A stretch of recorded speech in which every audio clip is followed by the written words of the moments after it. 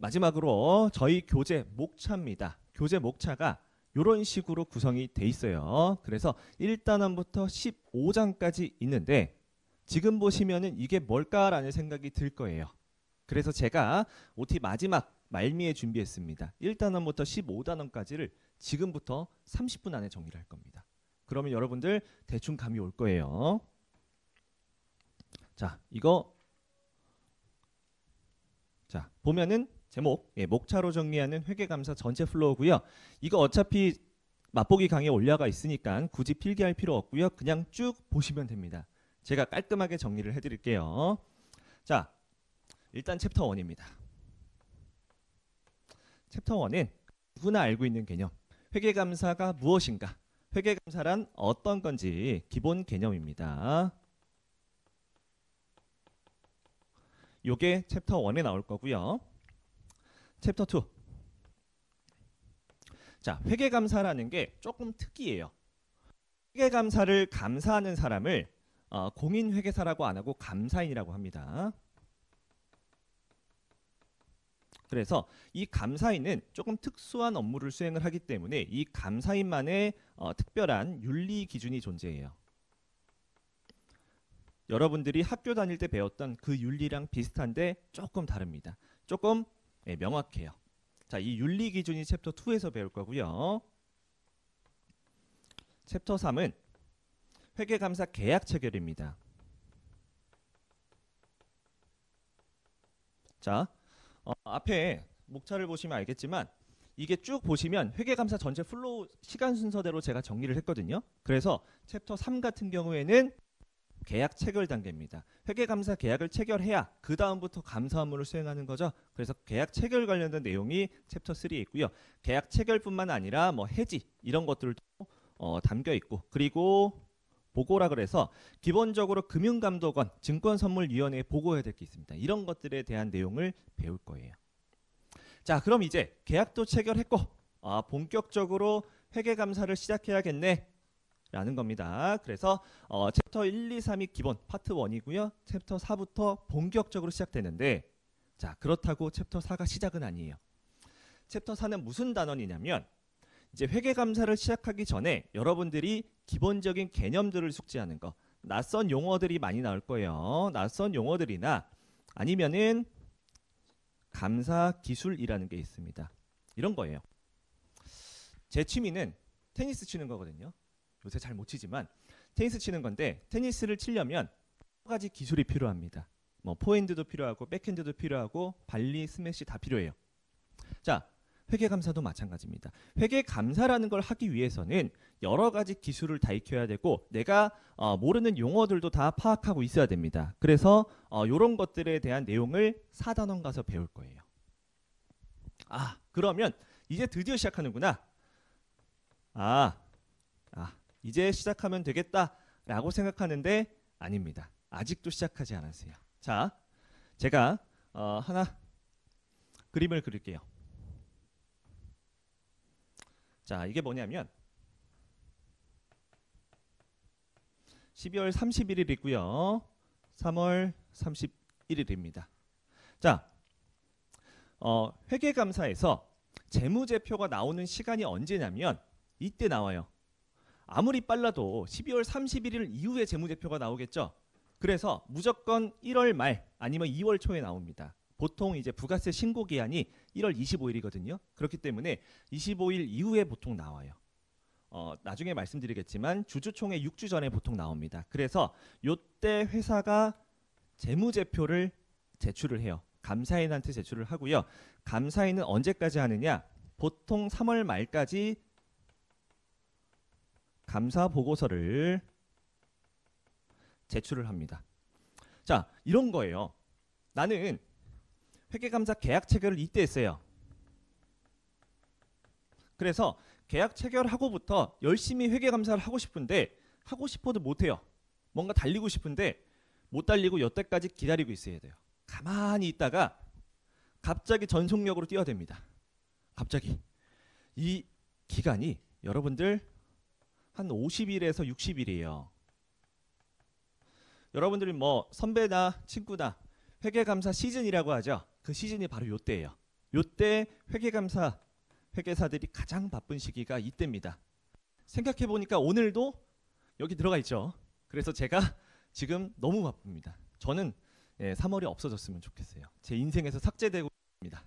아무튼 엄청 바쁜 시기예요. 다들 마찬가지입니다. 진짜 힘든 시기인데 어쩔 수 없는 상황이죠. 재무제표라는 건 무조건 다음 기수, 그 다음 차기에 나올 수밖에 없는 거고 실무적으로. 그렇기 때문에 어쩔 수 없이 이때 집중해서 할 수밖에 없습니다. 자, 여기서 의문이 하나 생기는 거예요. 아니 그럼 도대체 이때 뭐예요? 이때 이게 뭐지? 놀까요? 저희 땐 놀았어요. 제가 회계법인에 있을 때는 놀았습니다. 하지만 요새는 놀 수가 없어요. 놀면 뭐하니? 놀면 뭐하니? 이 놀면은 상당히 눈치가 보입니다. 그래서 놀면 뭐하니가 되기 때문에 어떻게 된다? 여러 가지 중간에 다른 일들을 많이 해야 돼요. 자, 일단은 계획을 체결하고 나서 특정 시점까지 뭘 하느냐? 이게 바로 챕터 5입니다. 감사 계획을 세워요. 자, 어차피 다음 해 1월, 2월, 3월 요때 내가 감사 절차를 수행하기 때문에 그 전까지는 계획을 세울 수밖에 없는 거예요. 하고 싶어도 못하기 때문에 계획 단계라는 게 존재하고요. 요게 챕터 5죠. 자, 계획 단계에서 가장 크게 두 가지가 있습니다. 자, 거시적인 차원의 계획이 있고 미시적인 차원의 계획이 있어요. 거시적인 차원의 계획은 누구를 얼마나 투입할까? 보통 회계감사할 때 몇 명 이상 이렇게 투입이 보통 되거든요. 몇 명을 투입할지 뭐 이런 것들을 결정을 하고요. 그 사람을 시간만큼 투입할지 이걸 결정하고 그 다음에 이 사람으로 무슨 일을 시켜야겠다라고 계획을 짜는 겁니다. 자, 누구를 투입하고 얼마나 어떤 일을 해야 될지 이 계획을 세움에 있어서 가장 필수적인 내용이 뭐냐면 위험평가라는 거예요. 지금은 그냥 이런 게 있구나 라고 생각하시면 돼요. 자, 위험평가가 뭐냐? 재무제표에 여러 가지 계정 과목, 여러 가지 항목들이 있습니다. 이 중에 특별히 리스크가 높은 친구가 존재를 해요. 그래서 이런 것들을 식별하는 게 계획 단계에서 이루어지고요. 계획 단계에서 위험평가, 이 부분이 상당히 리스크하네 이러면 사람을 투입할 때 좀 더 많은 사람을 투입하고 이 계정 과목에 대해서는 조금 경력이 오래된 회계사를 투입해서 좀 더 면밀하게 봐야겠구나 이런 식으로 계획을 세웁니다. 됐죠? 그래서 여러분들이 공부할 때 계획 세우는 거랑 똑같아요. 어떤 식으로 계획을 세우냐에 따라서 결과가 달라지게 되는 거죠. 자, 그게 이제 챕터 5고요. 자, 이제 6단원입니다. 이제 드디어 회계감사를 해야겠구나 라고 하겠지만 또 아니에요. 중간이 또 있습니다. 자, 아니 계획을 1년 동안 세울 수는 없죠. 보통 감사 계약 2월 달에 체결됩니다. 그래서 1년 동안 계획만 세우는 건 너무 비효율적이에요. 자, 그래서 사람들이 생각을 했습니다. 이때 그러면 놀 수도 없고 한 요때까지 재무제표가 나오기 전까지 우리 뭐 하지? 라고 생각해서 요게 챕터 6 내용입니다. 자, 이게 뭐냐면 이런 거예요. 여러분들이 지금까지 재무회계에서 배웠던 내용은 조금 현실성이 없는 내용이에요. 자, 뭐냐? 기본적으로 거래가 발생하면 이 거래가 재무제표로 나오게 됩니다. 이게 재무회계에서는 바로바로 즉각적으로 나오는데 실무적으로는 절대 안 그렇습니다. 실무적으로 무언가 중간 단계라는 게 있어요. 자, 예를 들어 볼게요. 여러분들이 합격해서 자동차를 샀다고 가정할게요. 외제차 샀다 가정을 해보고 자동차 판매하는 업체를 가정을 해보겠습니다. 자, 자동차 판매하는 업체. 일단 영업사원이 여러분들한테 차를 팔았어요. 계약서를 썼습니다. 자, 이 계약서 들고 우리 팔았습니다. 그러니까 인도할 때 재무제표로 인식해 주세요. 요렇지 않습니다. 어떻게 하냐면 여러분 계약서를 쓰잖아요. 그러면 내부적으로 신용평가를 합니다. 내가 차량을 인도했는데 돈을 안 주면 어떡해요? 차 보고 저 못 살 것 같아요 하고 도망가 버리면 안 되기 때문에 이 사람이 실제로 차를 구매할 능력이 되는지 신용평가도 해요. 그래서 평가에서 회계사니까 어느 정도 살 수 있겠다 이런 결론을 내리면 넘어가요. 다음 단계로. 그러면 이제 실제로 물건이 있는지 확인을 하는 거죠. 물건이 있는지 확인하고 물건이 있다 그러면 물류팀에서 인도를 합니다. 그리고 인도할 때도 명확하게 인도증, 인수증이라는 걸 받아요. 그런 것들을 받고 나서 이 자료가 회계팀으로 넘어가고 회계팀에서 이 자료들을 다 확인해 보니까 문제가 없습니다 라고 결론 내리면 매출과 매출채권 회계 처리를 하는 겁니다. 이게 여러분들이 배웠던 재무회계와의 차이예요. 재무회계는 이런 과정이 없어요. 그냥 회계상 거래에 대한 내용 재무제표지만 회계감사, 즉 실무적으로는 이런 많은 단계가 필요합니다. 요거를 영어로는 인터널 컨트롤이라고 하고요. 제가 IC라고 할 거고 한국말로는 내부 통제라고 할 겁니다. 그래서 반드시 내부 통제를 거쳐야 재무제표가 나오고 요걸 좀 더 쉽게 직관적으로 설명드리면 이런 거예요. 학교 다닐 때 함수 배우셨죠? 함수를 보면 보통 이래요. 내가 x값을 넣으면 요게 이제 fx고 마지막에 y값이 튀어나오죠. 요거랑 똑같습니다. 그래서 뭔가 회계상 거래가 들어가요. 그러면 이 거래가 내부적으로 내부 통제에 의해서 쭉 돌아갑니다. 그러고 최종 결과물인 재무제표가 나와요. 함수랑 비슷하구나. 그렇다면 요 튀어나오는 재무제표 회계상 분계는 이 내부 통제에 의해서 나오고 얘는 뭐라고 정의 내릴 수 있냐면 분계 생성기, 기계라고 볼 수 있어요. 제가 그래서 앞으로 분계 생성기라고 말 많이 할 겁니다. 이렇게 해야 좀 직관적으로 이해할 수 있어요. 그래서 분계 생성기가 아주 잘 돼 있다고 가정해 볼게요. 정말 이게 꼼꼼하게 다 돼 있습니다. 그러면 당연히 재무제표에 대한 신뢰성도 올라가게 돼요. 기계가 잘 돌아가니까 그 결과물도 잘 나오는 겁니다. 짜임새게 가는 거예요. 그렇죠? 자, 여기서 이제 그 얘기가 나와요. 또 다시 돌아와서 6단원. 놀면 뭐하니? 계획도 하루 이틀이지. 이 중간에 뭐를 할까라고 했을 때 요거 분계 생성기를 테스트하면 되겠구나. 얘는 어차피 계속 돌아가요. 24시간 1년 내내 돌아가는 회사의 과정이에요. 회사가 하는 프로세스입니다. 그렇기 때문에 요거를 테스트하면 되겠다라고 생각을 한 겁니다. 그래서 챕터 6은 우리 내부 통제에 대한 테스트예요. 내부 통제를 테스트한다. 요거에 대한 내용을 담는 게 챕터 6입니다. 자, 그 다음에 챕터 7. 또 뭐가 있겠지라고 생각하는데 아니에요. 이제는 진짜 회계감사입니다. 여기서 말하는 회계감사는 재무제표에 대한 감사예요. 아까 제가 설명드렸던 토지 현금 거래 있잖아요. 이런 거 각 계정 과목별로 어떤 식으로 감사 증거를 입수할까? 이런 내용의 7단원입니다.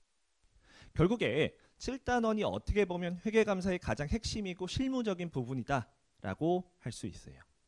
자, 그래서 7단원이 이렇게 돼 있고, 자, 8단원. 8단원 같은 경우에는 똑같아요. 재무제표에 대한 감사인데요. 7단원이 계정 과목별로 돼 있다면 얘는 이제 현금이나 아니면 FV, PL 금융자산 이런 식으로 계정 과목별로 돼 있다라고 하면 얘는 테마, 특수 테마예요. 예를 들어 특수관계자 거래 이런 것들 얘는 모든 계정 과목에 다 연동이 되어 있고요.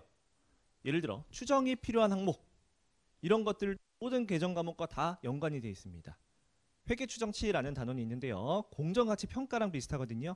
그런 것들 FV의 PL이랑도 관련돼 있고 유형자산 재평가 모형 이런 거랑도 다 관련돼 있습니다. 그렇기 때문에 8단원 좀 특수 주제 모든 계정 과목을 다 아우르는 특수 주제다라고 생각하시면 되고요. 자, 챕터 9 지울게요. 아이고.